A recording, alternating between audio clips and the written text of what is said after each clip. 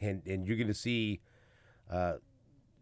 he hit that gigantic three last night. Mm-hmm. You're gonna see more, right, from Tyler Perry. He's going to be one of the most entertaining players to watch in the Big 12 this year, because I know we're still all wrapping our heads around basketball. We just really finished with college football. We've got the bowl games to go, but that was such a whirlwind, and the Chiefs and everything else. Tyler Perry transferred from North Texas, and he was one of the best players in the portal. He was the Conference USA Player of the Year, and he led North Texas to 31 wins in an NIT championship. He averaged over 17 points last year, shooting over 41% from three. He was fourth nationally in three-pointers made, and he was in the top 20 in three-point percentage. He was the NIT Most Outstanding Player. He scored at least 20 points in 4 of the 5 games. When he was a junior, he was Sixth Man of the Year, still shot over 41% from three, and he started his career at Coffeyville Community College in the state of Kansas. And so that's why he was such a big get. I mean, you're getting a Conference Player of the Year and one of the top 3-point shooters in the nation, right? Yeah. And I know it's been fashionable this week for some people to poop on the transfer portal and all this other stuff. It does, to me, bring a certain level of excitement when you see, I go back to Cody Schrader. He gets a chance as a D2 kid that led the league in rushing to test himself at the highest level of the SEC, because in the SEC, it just means more. And he found out, and he led the SEC in rushing. In basketball, it sucks for the smaller schools. Don't get me wrong. It sucks. Because you develop a player, you get a really good player, and then he wants to go to a bigger conference or a higher profile team. I get it. But for the kid, all right, Conference Player of the Year for North Texas, their best player, he wants to see what he could do in the Big 12. One of the best basketball. It means more in the Big 12. You could say that. One of the best basketball conferences. I don't know. The best. Whatever you want to say. Do it. But he wants to see what he could do at that level. And he gets a chance at Kansas State. And so when I saw him commit to K-State and then talk to Jarrett Sutton about him, because Jarrett Sutton was pretty knowledgeable of him from his previous stop. Okay, let's watch this. Let's see this kid. That's fun, right? He gets an opportunity to play at the highest level, and you're seeing that right now. Yeah. You're seeing he ain't no joke, baby. And he's a stud. And so he's going to be a player to contend with in the Big 12. You circled Tyler Perry, and you saw a dose of that last night. Yeah, he was clutch last night, and clutch because he was actually having a bad game. He was 1 for 9 from 3 before he hit that step back. Ain't no one going to remember that now. Right?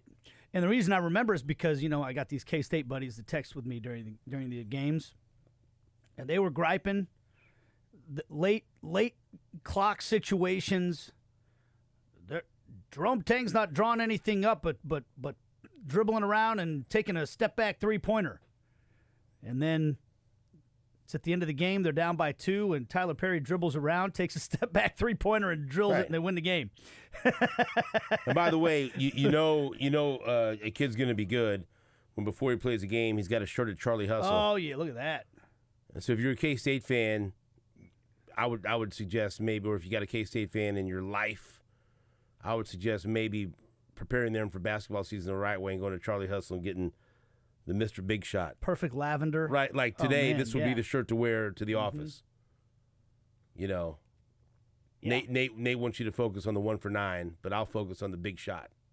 Because there's no shirt that says, hey, 1 for 9. No. Charlie Hustle made a shirt that said Mr. Big Shot. That would be odd if they did make a shirt like that. I think that'd be a weird choice. I wouldn't buy it. No. I wouldn't want that. You'd buy that one, though. I want this one. Yeah. So I mean, I get a kick out of that, and again, I know you don't get a kick out of it if you're North Texas. Yeah, but you know what? But you develop a kid, and then he goes on, and there's going to be more kids to develop because Tyler Perry's taking a scholarship up that Jerome Tang would have given to a freshman in the past. Right. Well, that freshman's got to go somewhere, So North Texas needs to go find that next freshman. And You know, also- that's all right. You see, it can work both ways. Maybe some local players that didn't go to the smaller school or local school that went to another school and it didn't work out. And then you have to be when Billy Donlin was the head coach at UMKC, he used to come on our show all the time, right? He always said, and that was his philosophy, you got to be willing to re-recruit them and be willing to take some of these kids on the second go-around. You miss out on the first one. They want to leave Kansas City. They want to get out of town because we were talking about good Kansas City players who are playing at other schools, right? Yeah. Other schools that, maybe you should have or could have had a crack at them, right? He said, well, you missed them the first time around with the transfer portal. We're willing, and you got to be willing, if you're a mid-major or a smaller school like Kansas City, to catch them on the rebound, basketball terminology. Yeah, And so that's another way that it could work for mid-majors. You know what I mean? for sure. And so that was a very exciting game. You saw Jerome Tang and the team celebrating with the students. A few days, and this is interesting. I found this, and maybe Jake, you can do some searching and fact finding and find some of these comments. A few days ago, Jerome Tang expressed that he is not a fan of this Big 12 Big East challenge. Didn't see anything that they could gain from it. Didn't like it. Right? Would rather just make his own schedule, and also had been somewhat critical of the student section not being there, and encouraging fans. Hey, if you got tickets, you're not going to go. Give them to someone who'll use them. We need people there. So then a few days later, one of the most exciting games of the year, one of the most exciting finishes, is provided by this matchup that was set with the Big 12 Big East Challenge, and then he's going to celebrate with a wild student section. So interesting how a couple of days maybe that was a good challenge to be a part of. Well, in hindsight, it certainly was. Yeah, right. But I love the way he did that. He and the players going up into the student section and doing the Wabash Cannonball with everybody. It was a great crowd last night, that's for sure. Well, maybe his point got across. Yeah. I like the way he's handling his business in Manhattan. Why didn't Kansas cover against the Roos? Maybe the Brews were a little pluckier than you got big problems. Vegas Insider thought. I got big problems? Yeah. Why? Because you owe me. Well, I was looking forward to taking you to lunch anyway. I didn't know it was going to be Where? a $500 lunch. I don't know. Oh, we're going I somewhere. got that kind of cash. Whatever. We're going to run deep in this lunch. Well, let's go. Where do you want to go? I want to go somewhere and shuck some oysters or something. I don't know. Could be shucking some oysters, huh? All First thing right. that pops in my head. I don't know. Jake liked the idea of that, huh? Go to an oyster bar or something. You I coming don't too, Jake? Are you paying? Yeah. I'll buy you lunch. know. I I think I owe you lunch still. did UMKC, right? Yeah. Okay, then he's paying. Okay. It was out there for you to. Jake was going to take me to lunch the whole time he was Yeah. on sabbatical. Well, That never happened. so You had a busy schedule. yeah, yeah. But no, congrats, man. Let's congrats go to K-State. That was great. It was great. It was a great finish. Exciting game. Some good basketball on last night. Right. Baylor got a big dub. Big 12 already, getting that seating up. Oh, let me also remind you of something real quick. Again, shameless plug here. I'm seeing some different reports about people having issues getting their tickets to the Cotton Bowl, or more importantly, getting charged perhaps more than they had bargained for, getting their Cotton Bowl tickets. Can I give you a suggestion? My suggestion is tickets for less. That's where I'm getting my Cotton Bowl tickets. All right? No fees, no crap. And they have an excellent selection of Cotton Bowl tickets. And the same for KU's bowl game, and the same for K-State's bowl game, and the same for any of the basketball games you want to go to, whether it's KU, K-State, or Mizzou, any of the local schools. All of it. Tickets for less. I would be very angry if I got some tickets and try, the official way, and maybe they charge me for, more than I bargained for. Yeah. Right. But I know tickets for less, everything's up front. Let's go, baby. This is the cost right here. Yeah, let's go to tickets for less. That's right. Download the app and use the code 810 for a discount. Yes, sir. What else? What else you got for me? You got anything to get off your chest over there? Airing of grievances? Well, I got really into that NBA tournament, Did whatever you? it's called, last night. Did you really? A little bit. I did a little bit. I don't fully grasp the whole thing, but that Lakers Suns game, controversial ending, got into that a little bit. Right. Into the speaking of portals as well, do both of the schools in the state of Kansas have offensive coordinators Apparently. to Not. Replace? Dude, this is shocking to me. Man, yeah. So I tried to make it light here in the first segment. We're going to get to the second segment. But boy, this caught Nate's eye, and you wanted to jump on this one, didn't you? Well, it's big news, isn't it? Well, sure it is. How about this? I'm reading from GoPowerCat.com and Tim Fitzgerald. And so there's no more trusted source about K-State than Tim Fitzgerald. Right. One of Kansas State's football icons accepted the offensive coordinator job at Texas A&M. Colin Klein has elected to move on from Manhattan for the 2024 season after spending Tuesday night torn about whether to head to College Station or stay in Manhattan. So barring another overnight revelation as he did a year ago with an offer from Notre Dame, Klein is gone. I mean, hey, look, I hear Stan Weber rave about Colin Klein every week, and with good reason. You got these K-State buddies complaining about everything. They're ever complaining about Colin Klein? No. Maybe I'm wrong. Maybe that's not a big shock. That's surprising to me. Yeah, I was very surprised when I saw it. Very surprised. I mean, he's like, to me, like synonymous with K-State, a legendary player, A&M. phenomenal coach. And that's the thing, is like, They're throwing money around. yeah, now. that's the thing. They got money, and I know money is what rules things, but which programs had more success?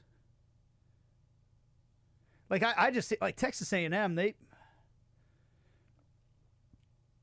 I don't know, as much as we make fun of Texas, because there's always these expectations that they're going to be great, and they never really deliver. This year they have.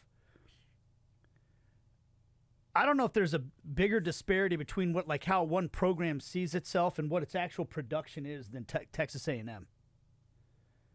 I don't remember them ever having a great team in my lifetime. Like, they won that Big 12 against K-State, but that was an upset. K-State was a better team that year. They had a hell of a team when Johnny Football was there. Johnny Manziel. They were pretty good. I think that's the last time they won double-digit games, though. Is that and they didn't win? They didn't even win the SEC, did they? Well, it's incredibly difficult to win the SEC, but I understand. It means more. But I'm saying, but that's a great team. If you're a great team, you win. Like an SEC, like if you win the SEC, you're a great team. And they're paying Jimbo Fisher $70 million to go away. yeah. I mean, maybe wait till the guy does something before you give him an extension. It's wild too, and I do like Mike Elko as a head coach, but it was one of those things where when they pay somebody $74 million to go away, you're thinking, ooh, they got their next guy, and it's going to be something. They're here comes Bob Stoops or Urban Meyer or here, whatever. And Mike Elko is a fine hire. Yeah. But that's not like, well, we'll pay $74 million to hire him right now. And honestly, I think they would have done really well to get Stoops out of Kentucky. Right. If that hire would have came through. But you're not winning the press conference, right? Yeah. But if you see what he did to Kentucky and turned around Kentucky and turned them into a very good football program with an identity that you knew, okay, this is a physical football team that's going to play good defense, is going to run the hell out of the football. They're going to generate NFL prospects every year. What was Kentucky before that? I mean, they were all right, school. But I mean, I thought he did a great job of building that program. And at some point, you need to stop trying to win the press conference, like Kansas kept trying to win the press conference, and go get a guy that can coach and build a program. And that's what they did with Lance Leipold. I thought that's what Mark Stoops could have done at A&M. But, you know, they wouldn't have got all those weird people excited down there. It is a weird place, man. I'm sorry. But look at how many coaches the coaches they hire always have been successful somewhere else. Like Sumlin had won at Houston. You think, well, if you can win at Houston, what's he going to do at Texas A&M? And he actually won at Texas A&M, just not enough for what they think they should be. Jimbo Fisher had success before he got to Texas A&M. The 2012, they were 11-2, and they won the Cotton Bowl. That's good. That's good. That's real good. That's good. That's real good. Yeah. That's it. Like 1 year. In Sumlin, 9 games, 8. You know, Sumlin wasn't terrible. I mean, 11 wins, 9, 8, 8, 8, 7, but they ran him out of there. Yep. In 2020, the COVID year, they were 9-1 and they won the Orange Bowl, but it was the COVID year, so. And then he fell apart. Yeah, I mean that's what they are. Has not been a great program, no.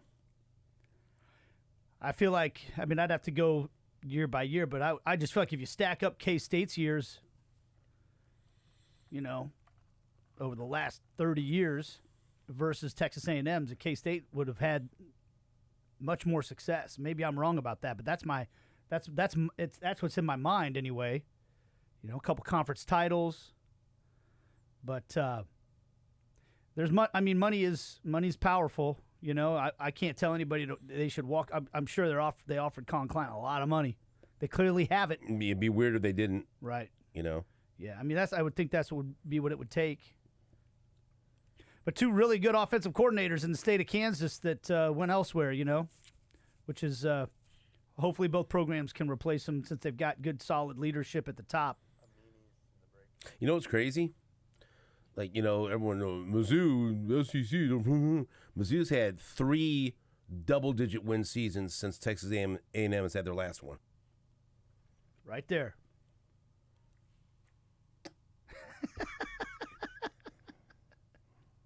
So, how's that? You like that, Jake? It's a nice nugget. It is. But I think that goes to Nate's point to, you know, a lack of self-awareness in where they're at. A&M. You know. Well, it ain't easy when you're looking up at Alabama and LSU. Yeah. And you know, Auburn had their run. I mean, there's, you know. Well, I think there's an easy pattern to fall into in this country, particularly in which you think if you have money, that makes you great. They got money. 1, 2, Lots of 3, it, too. 4, 5, 6. Yeah, since 2007. This is eye-opening here. What's that? A&M. We'll go back to what year when they beat K-State in the Big 12 title game? 99? That was 98. 98. Yeah. 98. So they had 11 wins in 2012, and their previous double-digit win season was that season in 98. They've had 2 seasons since 98 and 2012, where they won double-digit games. Powerhouse. That surprise you? I mean, the way that everybody talks about Texas A&M and the way that they think of themselves. Mizzou's had 6 of them since 2007. Did you realize that? No. 6. That's pretty good. That's pretty good, pal, from my neck of the woods. It always comes back to Mizzou. Yeah, I've turned this. You're gonna trash A&M, and I'm trying to lift Mizzou up because they're getting ready to play in the Cotton Bowl against Ohio State. I mean, we're talking about Tyler Perry hitting a step back, and the next thing you know, you're talking about Phil Pressey. No, you're the one that tried to change his. We're gonna take a break. You go, hey, K-State, Colin Klein's gone. You asked me if there was anything else to say. Anything else going on? There's two teams in Kansas looking for an offensive coordinator. Trying to drag people down to your level looking for an OC. It does surprise me, though. I saw that. I go, Big really? news, man. I had to look at it. I go, you sure this isn't like a joke? Like A&M? Yeah. It's getting that cheddar. Gigging them. Yeah. I mean, maybe he thinks that's a better place to jump into a head coaching role if he has success at A&M. Well, the coach probably get fired, after a couple years. Who's got that? After 5 years. Look, wins if 8 you're- games 2 years in a row. They're like, not good enough at A&M. If you're a coach, you have to have a certain arrogance and a belief that you can do a better job than most people, right? Oh, I can do better, and it would be there would be a certain allure to that, right? To look at the resources and look at the recruiting base and look at the money and look at everything and think, wow, these guys, maybe they didn't take advantage of this. Just think what I could go and do down there. Coaches think that way. You have to. Yeah. Well, they didn't know what they. I mean, and look, and he is a tremendous offensive mind. It's a great hire by Texas A&M. Yeah. So, Just like I think Penn State made a great hire, unfortunately for KU, with Kotelnicki. yeah. Just really interesting, though. Yeah. Just interesting moves. Money, baby. Cash rules everything around me. We'll take a break back after this on WHB.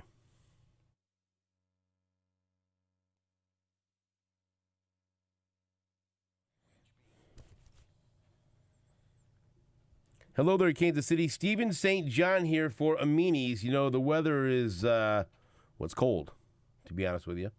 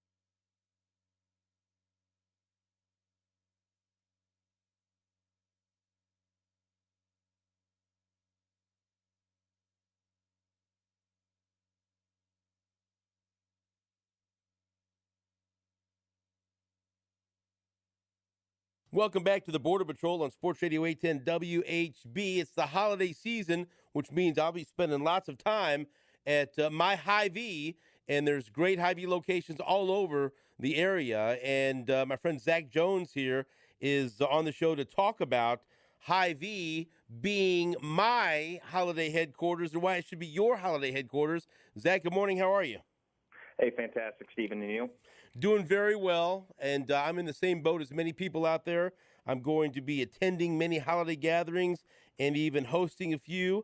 And Hy-Vee, I know, is here to help with all of the entertainment needs for any size gathering, convenient pre-made holiday meal packs for any size gathering. Last year, we had Thanksgiving at my son Richie's house, and we had the pre-made holiday Thanksgiving meal, which was freaking awesome and convenient and took so much stress off of our shoulders. And so tell people what you got going on to help with the holidays and help alleviate all that stress.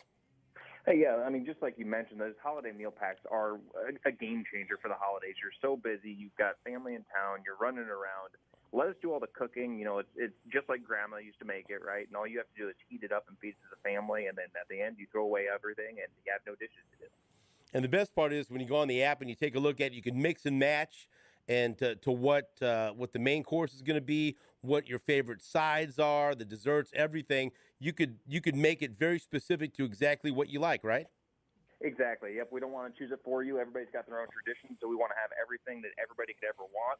And if you don't see something you want, just ask us. We can make it for you. You know what else is really cool? If you out there are in charge of your office holiday party, or like we said, if you were in charge of entertaining relatives or friends or coming in from out of town, the endless catering options at Hy-Vee, amazing chef-inspired menu options, whether it's just appetizers or a complete meal. If you are in charge of your holiday party at work or at home, Hy-Vee is the place to go, right? Yeah, for sure. I mean, you laid it out perfectly. Whether it's a small gathering or whether it's a 500-person elite catering. I mean, we just got done catering the Chiefs Christmas party and blew them away. We can really do anything you want. Just call and ask for the store catering manager, or you can go to Hy-Vee.com. We'll take care of you there as well. You know what else is the great thing about Hy-Vee? I don't think people always think about Hy-Vee as a great place for gift buying, but you guys have tons of great gift items. For example, a few weeks ago when I took the family to a Chiefs game and my daughters needed some updated Chiefs gear because these kids grow, they don't stop growing for some reason. We go to Hy-Vee and get them the right Chiefs gear for the game, and they loved it. And there's also great home ideas, like not only the Chiefs apparel for the whole family, but gift baskets, wine and spirits. It's a great place not only to do your grocery shopping, but also to cross off a bunch of people off your checklist for buying holiday gifts. Yeah, exactly. You're already in the store. You're already doing the grocery shopping you need to do. Why not save some more time? Like you said, the Chiefs, the gift baskets, all of those. We also have all this year's top toys in our stores. And then, don't forget about the gift cards as well. When it's hard to buy for somebody, a gift card always works. All right, so tell our listeners out there, if they're up against it and they're trying to get ready to plan their home party or or their work holiday party, or if they're just looking to get their holiday shopping done early, tell people what they need to do to take advantage of everything that Hy-Vee has to offer during the holidays. First off, download the Hy-Vee app so you can see all the savings necessary and communicate with the store. And then come on in, and we're going to have every single deal that you could want and make your holidays just a fantastic time. Zach, as always, good talking to you. Happy holidays to you and everyone at Hy-Vee. We love our partnership with Hy-Vee, and I've actually got a text message. I have to go to Hy-Vee after I get off the show and do some shopping, so maybe I'll see you there. Zach, we'll talk to you again real soon. Hey, sounds great. Have a good one. That's my man, Zach Jones from Hy-Vee. We'll be back after this on WHB.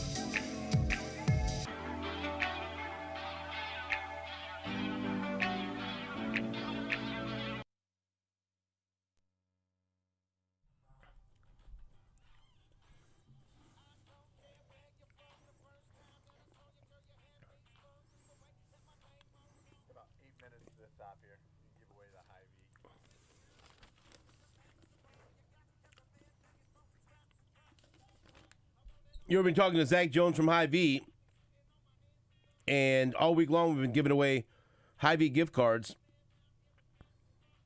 because Hy-Vee is here to help you with all your football watch parties. Tune in every day this week for your chance to win a $50 gift card. Hy-Vee has everything you need for the big game. It's a one-stop for watch party and tailgate needs and holiday needs. So right now, I'm going to give away one gift card. I'm going to give another one away later on. But right now, caller number 8 will be feeling great, 913-3810810, 913-3810810, and I'll hook you up with a $50 gift card at Hy-Vee to get you ready for tailgating or your watch party or whatever you need at Hy-Vee. They got it all. One stop for watch party and tailgate needs, 913-3810810, $50 gift card to Hy-Vee just for listening. Thank you. And here is a fun bit of business. See what Nate Bukaty thinks about this now. I saw yesterday that Soren Petro tweeted out that the Royals had an 18.3% chance of landing the number 1 overall pick in the MLB draft lottery that took place yesterday, and a 55% chance of landing in the top 3. So, of course, the Royals end up with the number 6 overall pick. They can't even lose the right way. Are you effing kidding me? Number 6 overall pick is what they get. Well, all right then. That made all those losses worth it. Andy Rogers tweeted, Royals came into this lottery with some of the best odds for number 1 at 18.3%, tied with the Rockies and the A's. Instead, KCU picked 6th. And they'll watch the White Sox pick 5th and the Guardians pick 1st overall. So they pick 3rd in their freaking division. Oh, baseball. What do you think of that system? Well, I think it's stupid. Why?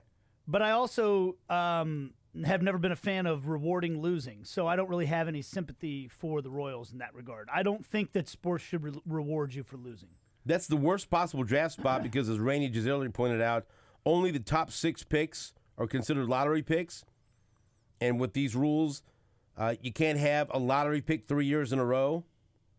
So if they get a top 6 pick next year, then they're banned from having one in 2026. If they had dropped to number 7, at least that option would remain open. So it just, that's the worst spot they could have landed. And of course they did. Well, there will be a good baseball player with the 6th pick. The bigger question is, will the Royals draft him? You know. I'm sure it'll be like, there's 5 really good players in this draft, and then after that, it's a crapshoot. I think the whole concept of lotteries is silly, personally. Does it really disincentivize anybody from losing? I don't think it does. You still get higher odds of getting a higher pick if you lose more. What's the incentive to try to win if you're not going to make the playoffs? I don't think they were trying to lose. They're just terrible. Well, that's another problem. They weren't. I will say this, though. This past year, that's the closest thing to tanking they've ever done because they didn't sign anybody in the offseason. They didn't go out and put anything into the roster. Jordan Lyles. Well, they did spend money on Jordan Lyles. That's true. But in general, they didn't really spend any money, right? But they say they got $30 million to spend this offseason. That's not a lot. No, I don't know what that gets you in today's world. Like in 1980, they'd have been attacking the free agent market. So, been the biggest payroll in baseball, probably. $30 million to get you like Ohtani's right arm. That's a weird situation. Like isn't just his arm, right? Nothing else. That whole thing is weird. The Ohtani secrecy, but I don't know, man. So anyone hoping that sitting through all that losing would at least end up with a number 1, number 2, or number 3 pick? No. Number 6. Yeah. They gotta pick the competitive balance A pick, number 6 overall, and that'll take place after the first round. And remember, you're allowed to trade that pick. So how do they determine how you get that? Based on what your market size is or how many games you win? It's a combination of market size and winning percentage and size. It's So a formula. So losing still gets you still get benefit from losing. Whatever. I mean, that's the. We're gonna To benefit from it, you must draft correctly, right, Nathan. right. That's a big component to it. You have an opportunity. Baseball's gotten so much wrong. It's hard to see what they've gotten right over the past Pitch clock. couple decades. Pitch clock, they got right. I think Yes. some people don't agree, but I agree. I think they did. Since 2017, Major League Baseball has used a formula that combines revenue, winning percentage, and market score to award draft picks to teams that fall in the bottom 10 in revenue or market size. In 2023, there were 14 teams awarded picks in the 2 rounds, 8 in Round A and 6 in Round B. The same 14 teams will have picks in those rounds in 2024, with 6 in Round A and 8 in Round B. Round A, Orioles, D-backs, Guardians, Pirates, Rockies, and then Royals. Competitive balanced Round A takes place after the completion of the first round.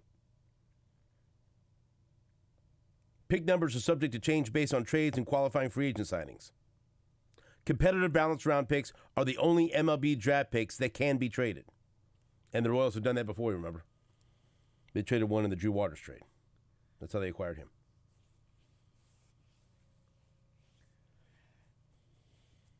What are you rubbing your face for? You ask for information, then I give it to you, and that doesn't satisfy you. What? Baseball. What are you mad at me for? I'm just telling you what I'm not mad at you. it looks like you are. You're not the one making all these silly rules in baseball. If I was making the rules, I would have given the Royals the number 1 pick, or at least number 2 pick. Would you have picked a stadium location yet? There's a lot of things I would have done by now. You know, some people suggest this is karma for jerking everyone around about the stadium. Karma, that's a Taylor Swift song or something, isn't it? I believe in karma. What goes around comes around. So You whatever. reap what you sow. You put strawberry seeds into the ground, guess what's coming up? What? Strawberry. Oh. Wow. Thought you were going to switch it up there. Yeah. Not cucumbers. We'll take a break back after this on WHB.